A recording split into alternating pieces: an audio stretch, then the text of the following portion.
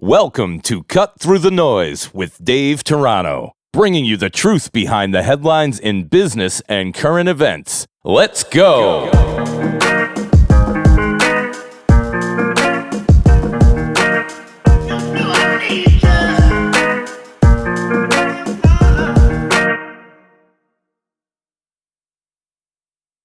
Kevin Parham is my guest today.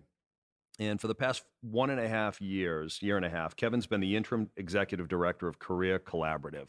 And a little detail on Career Collaborative, they're a 501c3 nonprofit workforce development organization in Boston. And they primarily exist to train and coach unemployed and underemployed individuals with building their careers and changing their lives. So, Kevin, thank you for being with me today. Thank you for having me, Dave. It's a pleasure. Why don't you just start by telling us a little bit about the recent merger that Career Collaborative has gone through, and then maybe a little bit about your role in the company. Okay. Actually, the merger with Community Work Services, CWS is what we call them, it's a similar organization in that they are also a 501c3 nonprofit organization, but their focus is primarily on hard skills training, and Career Collaborative's focus is primarily soft skills or essential skills training. And we saw an opportunity to join with that organization to actually make us a more robust offering to the community in terms of workforce development services in general. Primarily, they focused on the rehabilitation piece, and they're looking to widen their horizon, whereas Career Collaborative focused on underserved, unemployed, and underemployed people. A lot of the folks that we service were born from outside of the country. About 75 to 80% of people came from other countries, and they're here either with green cards or they moved here and became citizens. A lot of the folks that come to this country have advanced degrees, doctors, lawyers, people in the sciences, but their degrees are not recognized in this country. So they're sort of starting from square one again. And that's where we come in, because we help them understand the culture, the work culture in the United States, what it takes to look for, find a job, and maintain a job. And we also have 2-year career coaching. That's one of the main ingredients of Career Collaborative's program, because after someone is placed in a position, we stay with them to mentor them so that they can navigate the culture, how to get a raise, how to talk to the employer, what to do, how to conduct themselves, etc. Go back to the, so you say soft skills on the Career Collaborative side and hard skills on the Community Work Services side. What are some of those hard skills they're going to focus on? What are some of the soft skills that Career Collaborative focuses on? Well, Community Work Services, they have a culinary program, training skills program. They have an industrial cleaning program, and they're also looking to get people into the healthcare field. And they have on-site training, and they also vendor out certain types of training to other organizations. They have state contracts, federal contracts, which will free up money to pay for the training. Whereas Career Collaborative, we didn't really focus on that because as a 501c3, we were dependent on private donations, corporate donations. So we never really got into contracts. We pursued various grants that were out there, and that's how we funded our organizations. What we did is we're taking our organization and melding it with CWS. So we have a comprehensive training program, whereas we have the job readiness piece that we provide on the front end, then the job search piece, which we also provide, and then the training that CWS provides. So it's a seamless transition from job readiness to job acquisition to mentoring or career coaching on the back end. Which helps with retention, I would assume. Absolutely. Retention is one of the key factors in CWS's interest in Career Collaborative, because we have between a 70 and 80% retention rate, which I think is quite impressive in this day and age.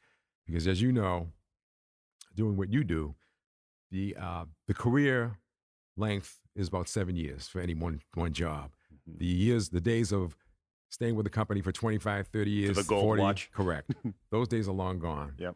And so it's important for people to understand the changing landscape of the workforce environment today.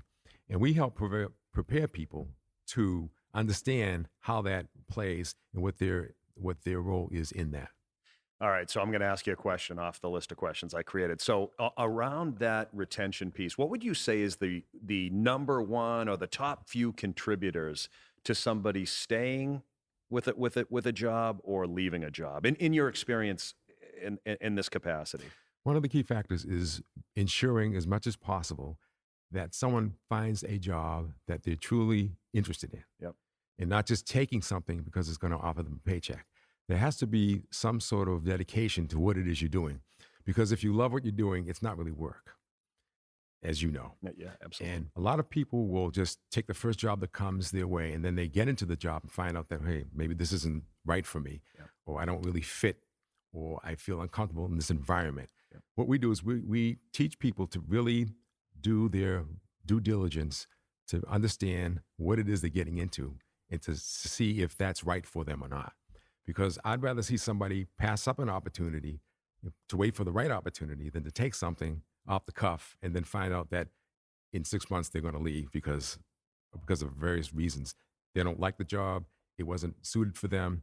They're not performing up to the expectation of the employer. There are many obstacles, many reasons that someone might leave a job. What do you say to people? And I've had people say this to me just over the years. I love what I do. I mean, I really do. I could talk about it all day long, which is probably nauseating to a lot of folks. But I've had people say to me, "Well, what, Dave? I mean, it's a job. You're not supposed to like it. Why is it so important to like it? What's the, why is that such a big deal?" And I've met a lot of people in my life that they literally spend their entire lives disliking their jobs as if it's normal. That's what you're supposed to do. You're supposed to not like it. What do you say to that? I mean, I'm just curious to get your take on that. Most people do not like the jobs that they do. It's very rare to find someone who has a passion for what they do. Yep. I try to encourage people to always take your time, do the research, understand what it is that you're getting into or what you're interested in. And no one can be 100% sure, obviously, but you can get a good idea on what it is that you're getting into. If you just network, ask people who are doing the job. One of the things that we did also with Career Collaborative is we offered our program in a condensed version to high school students and alternative high schools. And with them, what we did was we just basically helped them with resumes, help them understand the types of jobs that are out there, the industries, et cetera, and took them on field trips to these employers that they might be interested in so that they get an idea of, oh yeah, hey, I like that. I think I would like to pursue that particular industry, high tech, healthcare, manufacturing, whatever. Yep. And it really opened their eyes to what's out there instead of just, let me apply to Dunkin' Donuts or let me go to Starbucks and get a job. And then, what's going to happen? They're gone in a few months. So we try to focus their attention on career building, doing the research to see what's out there. Yeah, I don't want to derail it. I'm going to come back to this because this is very interesting to me. Why did you take this job, though? What's interesting to me about your background is you've given back a lot in your career. This is a nonprofit environment, and you've worked in this capacity before. Mm-hmm. But you also come from a traditional background as well. Mm-hmm. What drove you from, was it IBM and Verizon to IBM and Verizon, correct? To the Career Center system, the Massachusetts One-Stop Career Center. It's kind of funny because having nice careers with Verizon and IBM, the business world is the business world. And when I had an opportunity to let me back up a little bit. When I worked at IBM, that's when a lot of consolidation was taking place. They were focused on mainframes, big business. And when the personal computer came around, IBM didn't adjust quick enough. Right. So therefore, they had a workforce of about 432,000 people worldwide. And that got cut to about 200,000. And I was in that cut of 200,000. So I took a look around and said, well, okay, what do I want to do with my life? I wanted to stay in the business world. So I saw an opportunity at Verizon. I became a manager of a call center there. And I was there for 8 years. Again, downsizing, the call center went over to India. You didn't want to go? Didn't want to go. Not that they would have taken me. Right. But that offered me another opportunity to go around. I said, well, you know what? Let me see what else is out there. I saw an opportunity at the Career Center system, Massachusetts One-Stop Career Center system. And I applied and got the job, became a Career Center director. And that had to do with workforce development. People who were collecting unemployment, people who were job searching, the training. I found that very, very interesting because it was sort of giving back. Yep. And then I was in the workforce development system for 17 years. And then another consolidation took place, and I took a look around, saw the opportunity at Career Collaborative. I said, you know what, this is sort of a continuation of what I've been doing, but it was a nonprofit and was a smaller organization, much smaller. And I said, that might be something that, a challenge that I'd be interested in. So I pursued it, got that job, and here I am today. And now you've reached the pinnacle during this podcast with me, which is I mean, this is the highlight of your life, isn't it? Absolutely. So along these lines, you guys focus on the development of the people, whether it's the hard skills through this new merger or the soft skills. What responsibility, actually, before I ask that question, what kinds of organizations are you partnering with, or will you be partnering with, that are going to hire these people? Because and the reason I ask that is the person's success hinges just as much on the quality of that organization and its leadership teams to welcome them in and bring them up to speed, right? Not every company, I would assume, is a great option for the people that you're trying to help, right? Absolutely. There are two tracks. There are two answers to that.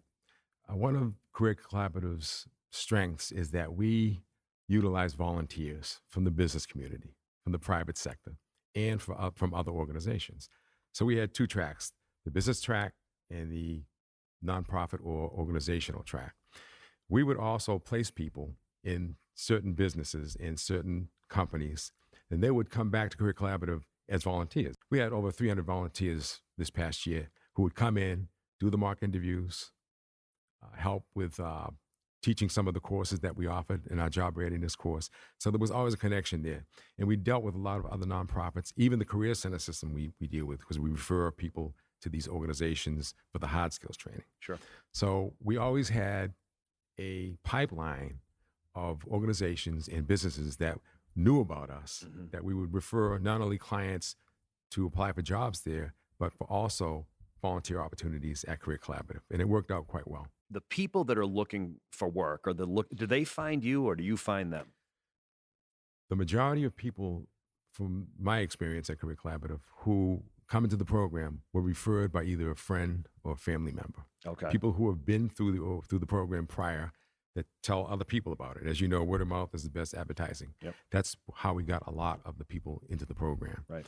But since we went online as a result of COVID-19, we've actually widened the type of person who would find us, because they'd find us on the internet, or they'd find us through someone else who did the virtual class through Zoom, and they would apply to be able to go through the program themselves. And we're seeing a wide variety of clientele, not only the people that are maybe be unemployed or underemployed, but you have people who have been in careers, who might have been laid off, who've never done a resume in 20 years, who need to spiff it up so that they can be competitive and apply for other jobs. And we see people who have robust careers that might have retired and want to come back into the workforce. So we're seeing a diverse cross-section of society seek us out for the opportunity to go through the program that we offer. Well, this whole pandemic has punched so many people in the face that all of a sudden, what you thought you were as an organization, say 7 or 8 months ago, in a crazy way, you might have an expanded opportunity going forward as a result of this catastrophe. Absolutely. Because the thing you have to remember is, as of April, we had to transform our job readiness program into a virtual program. And we did it in the blink of an eye. It was really amazing how we were able to transform the in-person to a virtual platform. You feel like the quality is the same? Quality is the same, but see, you will never get the same type of interaction online that you do in person. Right. It's sort of like taking online courses at a college versus going to the school and sitting in a classroom with other students. Yep. It's different, but because of the environment that we're operating under now, it was a necessary change. It was either that or close the program down, which we didn't want to do. I had to face that. I faced that with my business. I referenced it in one of the previous episodes, but in the springtime, first of all, I've always been a face-to-face person. And other than phone coaching, everything's been done either at an outside facility or on site at a company. And I've always prided myself on my ability to engage in a live capacity. And then all of a sudden that was gone. And I had my doubts, and thankfully, and I've referenced this before, I had a company in Boston help me take everything online. I find that the effectiveness of the training for me hinges on my ability to maintain that level of interaction. Is your training interactive, or is it primarily, teacher to student without a lot of interaction from the student? Well, there's only so much interaction you can get online. But Yep. when we did the in-person, it was very interactive, very hands-on. And even the volunteers who were facilitating some of the courses that we offer, they had to adjust. Yep. Because a lot of them were like yourself, we're used to the in-person interaction. Yeah. So there was a learning curve for all of us, Yeah. particularly myself, in terms of communicating. But see, one of the benefits that I try to explain to people is that nowadays, a lot of interviews are done online. Yeah. They're done over Zoom. So it was good practice for them to participate in the program by way of Zoom so that they can actually take that experience. And when they're on an interview online, they won't feel uncomfortable. Right. It's here to stay. Correct. This is not a temporary thing. So I think it's a valuable skill to develop anyway. Let me get into the underemployed, unemployed thing. In your opinion, what are the most common contributing factors to being in one of those two categories? Well, if you're underemployed, that means you're in a job that doesn't pay a wage that is high enough to sustain your way of life or your living. Unemployed is obviously self-explanatory. Yep. You had a job, you lost it, now you have to pick up the pieces and try and reinvent yourself or get a replacement job. Yep. Folks that are underemployed are the ones that we talked about earlier that would take any job just to have a job. Yep. And then as time goes on and as their expenses mount, they see that that's not adequate enough. So they have to either take on a second job that pays low wages with no benefits, or improve their standing by getting some training, either hard skills training or even the soft skills training, and then go out there and try and be more competitive in the marketplace. A lot of the folks who are unemployed, you find are more motivated because we got to pay that rent, got to pay that mortgage payment. There's no income coming in. What am I going to do? Yep. Public assistance, unemployment only goes so far, and it's temporary. So it's important to position yourself to be able to go out there and get that job that will pay a decent wage. Where do they need the most support, Kevin? When you think about, a typical underemployed person or an unemployed person, where do you find they most commonly need the most help? I think the most help is psychological. They have to first believe in themselves that they can do what they need to do to get them to that next level. Because when you lose a job, we've all been through that. When you lose a job, the first you go through the phases of finding out that you don't measure up, or I guess mourning, the phases of mourning, whereas you feel downtrodden, oh, woe is me, but then you reach a point of acceptance. Okay, this is the reality, and then from that you say, okay, what do I need to do? Take a step back. What do I need to do to improve my position? It's at that point where we help people build up their confidence that yes, we've all been there. We can empathize with how you're feeling, what you're going through. Let's start from the beginning, because like you had to do once before, it's just rehashing what you did before in a new environment. And we help them. Once they get the confidence, they start to believe in themselves. They start to perform better. They have the get up and go, which is necessary to help them get them to where they need to be. It's it's psychological. That's the most important thing. Financial, obviously, you need to have a living wage. But it starts with you, starts with the individual and believing in yourself. Because if you believe in yourself, there really is nothing to stop you.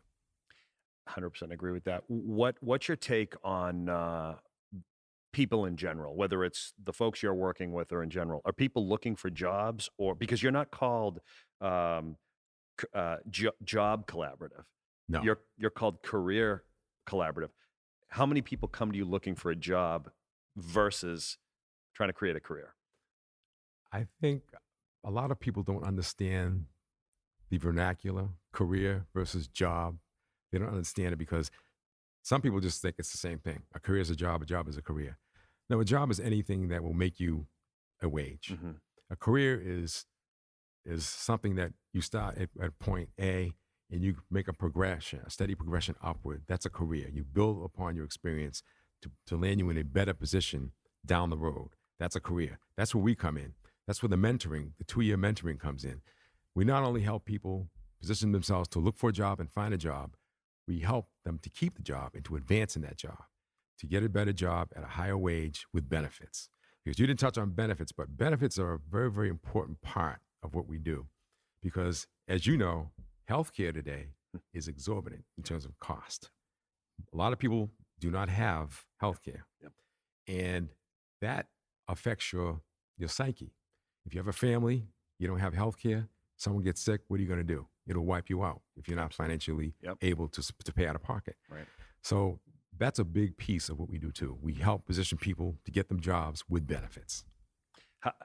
This is an obvious question. We can elaborate on it. How has the pandemic, beyond having to go virtual, how has it impacted your business? One of the things you said earlier was you're starting to see people that, mid-career have lost their jobs. They're coming to you. Beyond that, how has your business changed as a result of what's happened? Well, obviously, the in-person interaction is on hold for now. Yep. Hopefully, that'll change next year, Yep. next spring, whatever, when we get a vaccine. But it hasn't really changed our mission. We see the same people, regardless of whether it's in-person or virtual. They're still coming to us. They're still seeking us out. So that is the one constant that's been. In terms of the change, we've been doing all of our program online, remotely. So in terms of us being at home versus in an office, that's a big change, particularly for the staff. Sure. And one of the, as I mentioned to you before, a lot of the people that we service are low income. They don't really have the means to purchase technology, whether it's access to the internet, smartphones or tablets, laptops.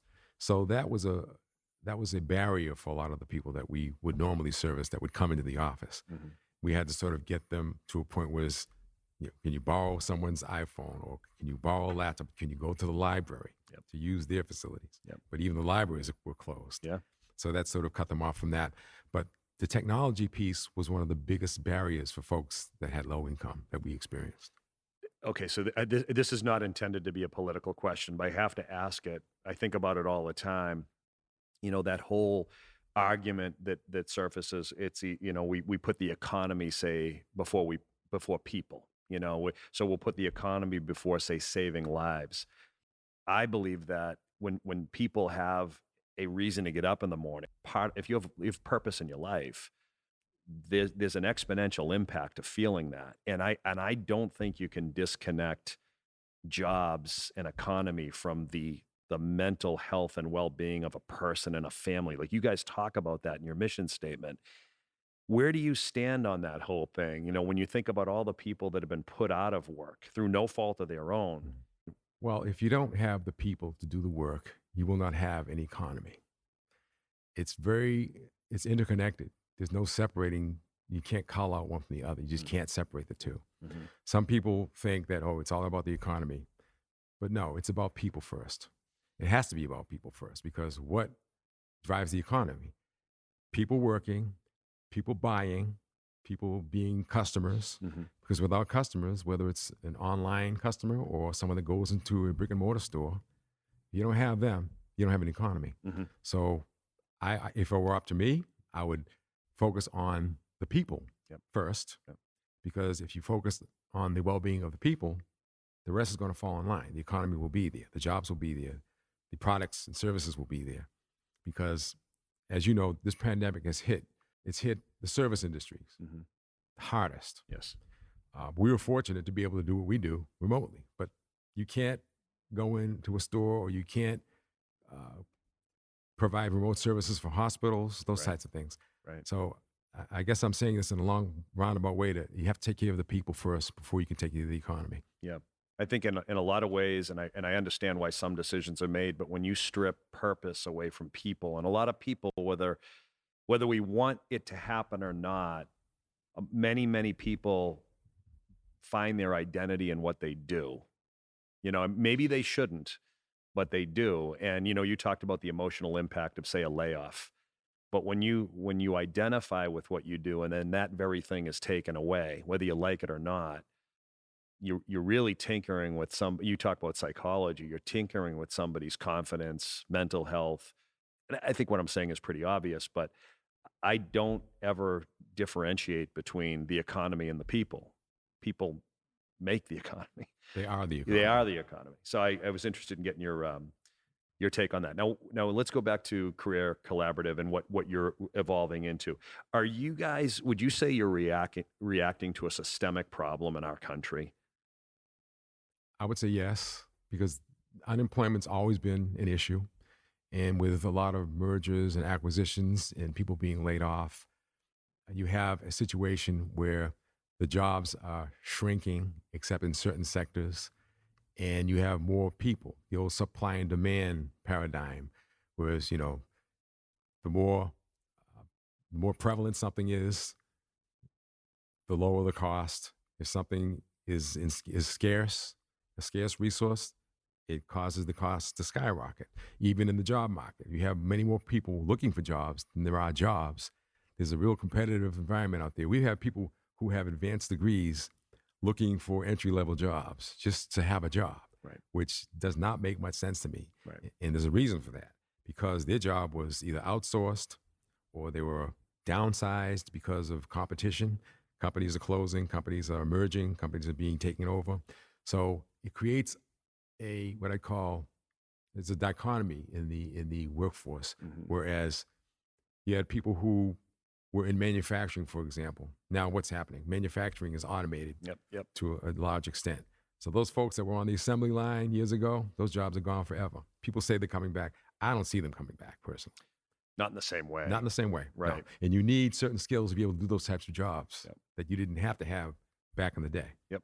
Well, I was talking to my nephew on the way over here today, and we were just talking about just how to get started with anything, and whether it's a job or a skill. You're a musician by trade. You have to start practicing. If you want to learn to play the bass, you got to start practicing. You don't know where it's going to go. Will you be in a band someday? Who knows, right?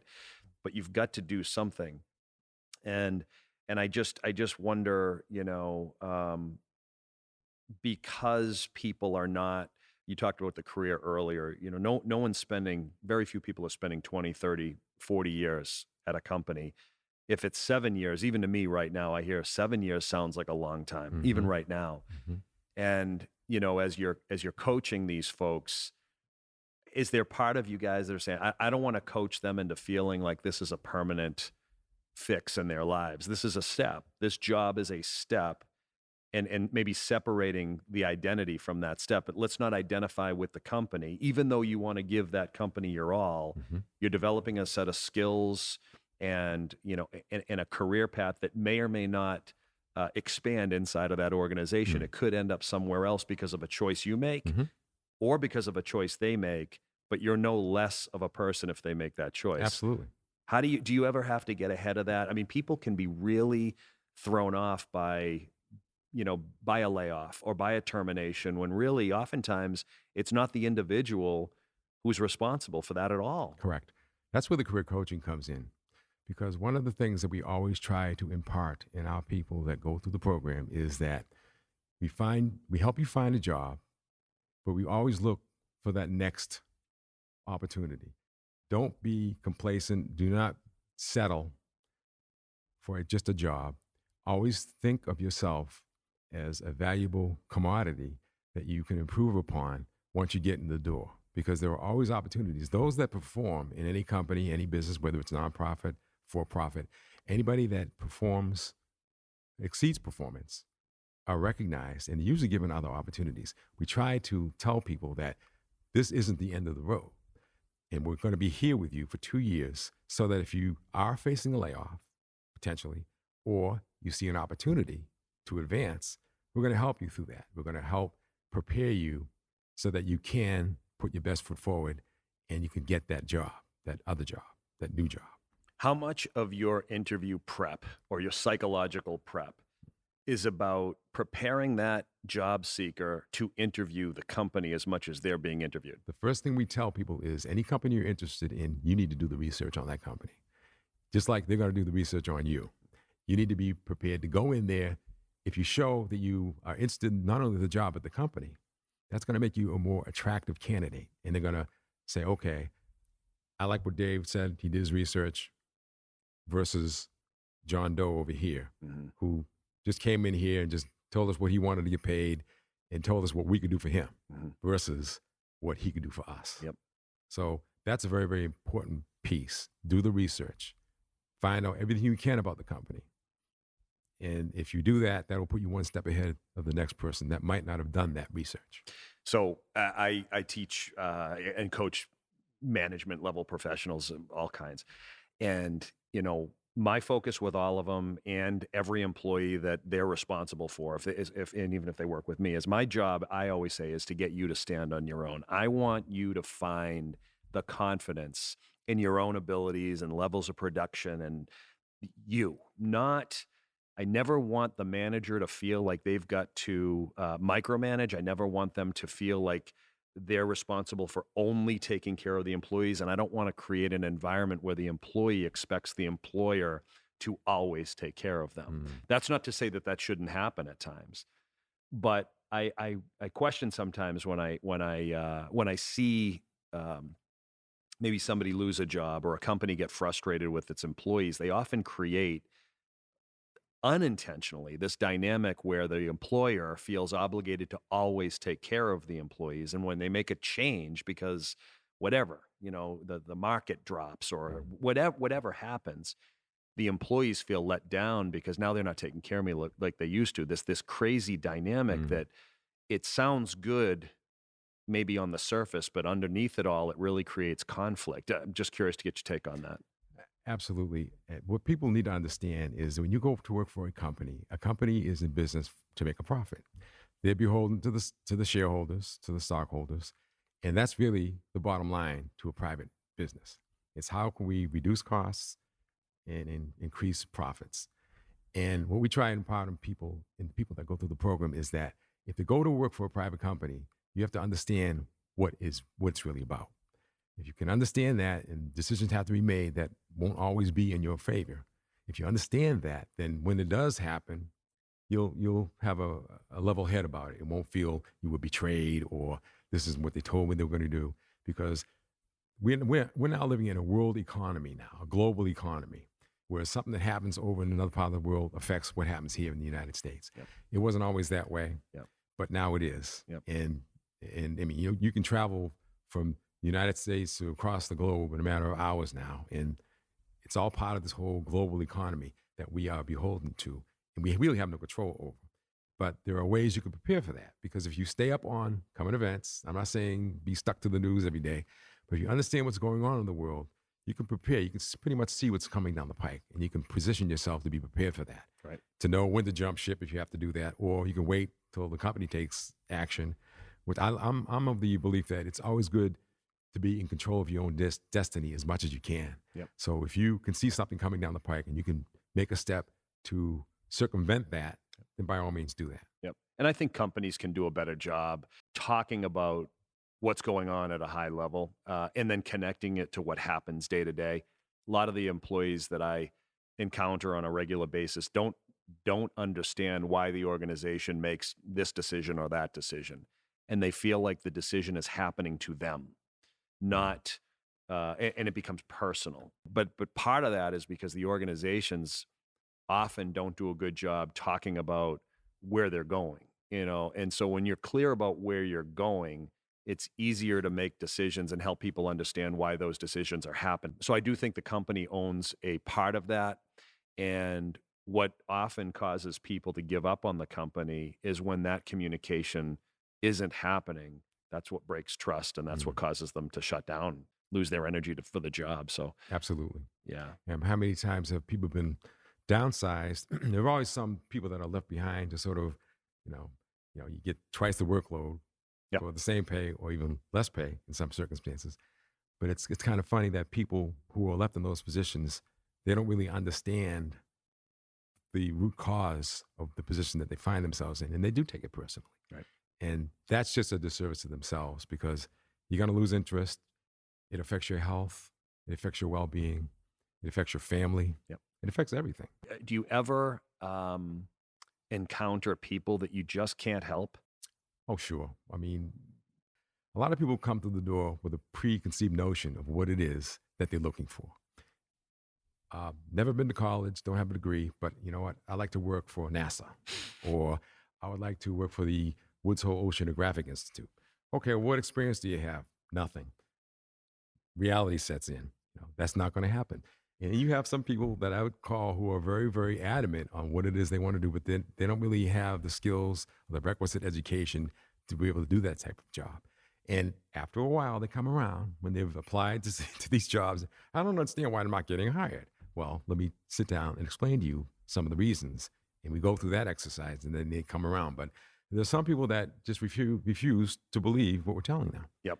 It's the minority, very, very few, but those people you really can't help until they come to understand that there are certain prerequisites that you have to have, certain education or experience that you have to bring to the table.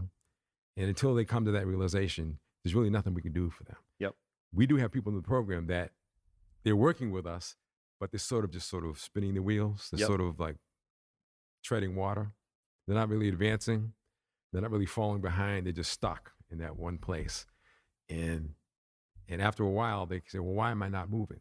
Again, you have to open up their mind to be receptive to hearing constructive criticism. Right. You don't want to criticize anybody, but just Sure. to be constructive as to what the reasons might be that they're not getting to where they want to be. How much do you focus on that? I think this is stuff I deal with all the time. So, some people, you can just hammer them between the eyes with whatever it is, and they love it. They love the direct feedback. They love the fact that you had the courage to say it to them.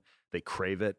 There are other people that if the words don't come out exactly the way they need to hear them, they're offended and hurt and let down. And I find that, the better we take care of ourselves, just in general, the more balance we create in our lives, the more able we are to handle the tough times or the tough feedback. Do you get into that with people? Do you find that, constructive criticism hurts when you've got somebody that maybe outside of that, there's not a lot of balance, in life? Yes, true. One of the things I've found, it's sort of, I'll equate it to a parent speaking to their children or a teenager in this instant. Whereas if the teenager hears some advice or some constructive criticism coming from the parent, they dismiss it. But if it comes from another peer or from another person that's not emotionally involved, they hear it. And I say that to say, sometimes people in our course will hear the constructive criticism from a peer who's also in the course. And it sort of opens their ears up in a way that we couldn't open the ears up. And that is effective. It has to do with personality. Some folks are very introverted. They'll sit there and they don't really participate. You have to call on them and you have to sort of egg them on. Mm-hmm. And then you have the others that are just outgoing, type A personalities that just boom, they're out there, they answer the questions, they offer feedback, and that's contagious. Yep. Even at the end of the program, even the people that we found to be timid sort of come out of their shells a little bit more. Mm-hmm. And that's helpful to the entire class. What's the hardest thing to get your average job seeker to realize? The hardest thing to get the average job seeker to realize is that they're capable of much more than they think they are. It goes back to the whole confidence, belief in oneself. And they have something to contribute. They might have to hone their skills a little bit more or get a little bit more experience or education or a certificate, but they have the basic building blocks to move them forward into whatever career path they want to pursue. You've got people that have come from other countries, you said, who might be coming over with a master's degree or a doctorate. I've actually met some of these folks in my life where I don't remember where this guy was from, but he had a master's degree or a doctorate degree in something. But he was in my office talking to me one day and he said, but I'm not recognized as anything here. Right now I'm sweeping floors, whatever he was doing. Mhm. And I couldn't believe that whatever he had been doing, and he had status from where he came from, and yet none of that mattered.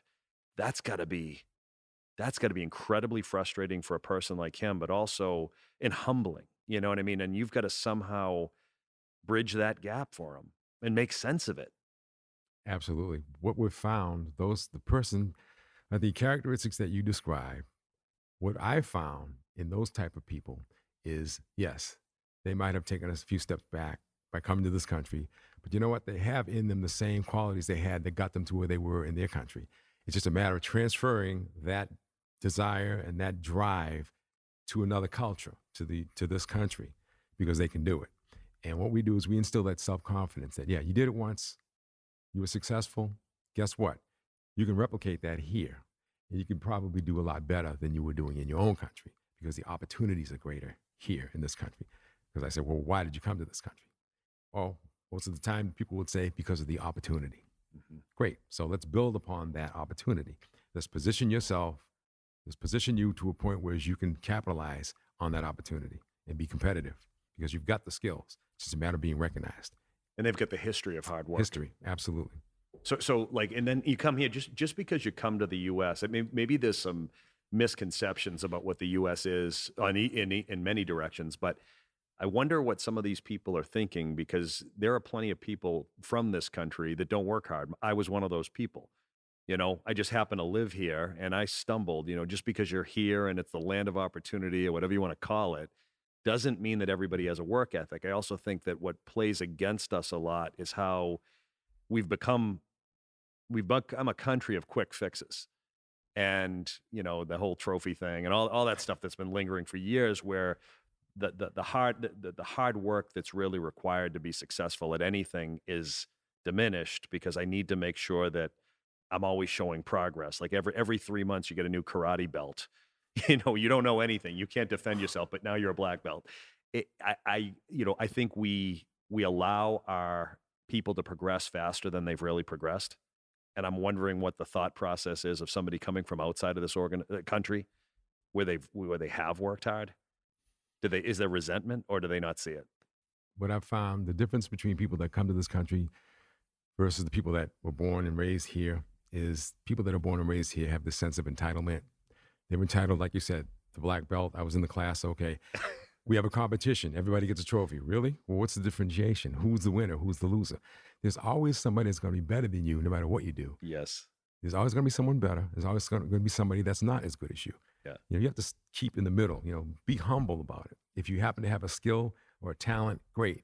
Go out there, show the world your talent. But you know what? Don't make that put you on a pedestal. Yes. Because you're not on a pedestal. It's fine. You reminded me. So last night we were sitting on the couch with my kids. My wife and I sat on the couch, and we were just talking about this same concept. And I think my wife said the worst thing we can do for any of you is to tell you that you're great at everything. And I love watching them fall down. And I won't protect them from learning a lesson. I'll teach them, but I'll let them fall, and then we'll talk about it. But we were saying there are a lot of parents out there that they won't admit the flaw in their child. There is no flaw, you know what I mean? And I say to my kids, the hardest people to get along with are those who have never been told that they need to work on something. And so my wife said, you guys need to work on a lot. It's just so funny. But I'm thinking, oh my God, if this was on tape, we'd be like, what two crappy parents. But the reality is there is something to be said for humility and always feeling like you need to work on something. Not that you're not good enough, but that life is a process of working on stuff. Absolutely. And I'm a firm believer, the way I was raised is that adversity builds character. Yep. I mean, if you don't never have any challenges in your life and you go out into the world, you're going to really be in for a rude awakening. One thing I've learned through my life is all the challenges that I've had, I'm thankful for the challenges that I've had because it helped make me the person I am today. Yeah. It's the whole thing of instant gratification. I want it now. I want it now. I want it now. No prior planning, no looking beyond the present moment. Just got to have it now. And you get that, then what? Yep. I want this now. Well, yep. Let's go over here. I want that now. Yeah. I mean, and who's fueling it? I'll take responsibility as a parent. I think whatever, growing up, I mean, we'd get the crap kicked out of us. I mean, not that that's a good thing, but it's get out of my house and go play and don't come back. And it was just the way it was. And I think our generation of parent is trying to avoid maybe what we experience, when what we experience is actually what caused us to be successful. So when we insulate our kids from the same thing, or we feel like we need to do the opposite, we're actually making it harder for them to succeed in life. And I see that often now and I talked to you before we started, just the whole, the cost of education and the idea that college guarantees success. It in no way does. And I think a lot of what you teach at Career Collaborative and the skills that you focus on, that's really what's going to make somebody successful. Mm-hmm. It's not the $75,000 a year tuition. That in no way Correct. guarantees anything. Not to say that it's bad, but it doesn't guarantee Not anything. at all. The parents are dropping all this money, and it's like just throwing money away, just letting it fly away, because the vast majority of those kids will end up doing something else in life. Because, as I found out, being a musician, that visions of grandeur don't always come true. Well, I mean, how many criminal justice majors are now salespeople? How many, you know what I mean? I mean, that's what it is. I mean, I was a criminal justice major and I'm selling, whatever. And there's nothing wrong with that. But how often does the major translate into your career? I find not often. Real quick, I've told this story 1,000 times to my clients, so they're not going to want to hear it again. When I got up to do a keynote talk, they had the whole senior class, they had the whole faculty, and the dean of the school got up, and my job was to give them a 30-minute talk on what to expect after graduation and ideas to apply, et cetera, et cetera, et cetera. And the dean got up and gave some just kind of 2-minute speech on how tough it is out there. This is about 10 years ago. How difficult it is out there. Looking for a job is not going to be easy. Some of you are going to struggle, but you got to keep your head up. And as he's saying this, I'm seething inside, because all I'm thinking is, you just took about $250,000 from each of these kids, and now you've got the you-know-whats to tell them it's going to be tough. So I get up there, they introduce me, and I'm like, this guy will never have me come back again. But I just said, I said, thank you so much. I said, I'm sure Father so-and-so is a really nice man. Here's my instructions to you. Don't listen to anything he just said, because it's a bunch of crap. At what point are the schools going to take responsibility for the money they charge these families and these kids? When does the $250,000 guarantee you anything? It doesn't. What guarantees you is your work ethic, your people skills, your open-mindedness, and you can learn all that without the degree. Now, I'm not saying you shouldn't have a degree, but I just found it to be offensive. And I see this a lot in schools. And I think the pandemic in a lot of ways is exposing schools for what they are, those that aren't good. And those that are good, well, good for you, because you're doing the right stuff. But I just, I don't know, you got me on a tangent with that. That's okay. I mean, this is a conversation, right? And if I may digress, I've written 4 books. There's one book in particular I just wanted to let you know. You can cut this out of the No, interview I'm gonna leave it in. But it's called The Vineyard We Knew. I spent every summer as a child on Martha's Vineyard with my grandmother, siblings, and cousins. And this is a coming of age story that, we weren't rich by any means.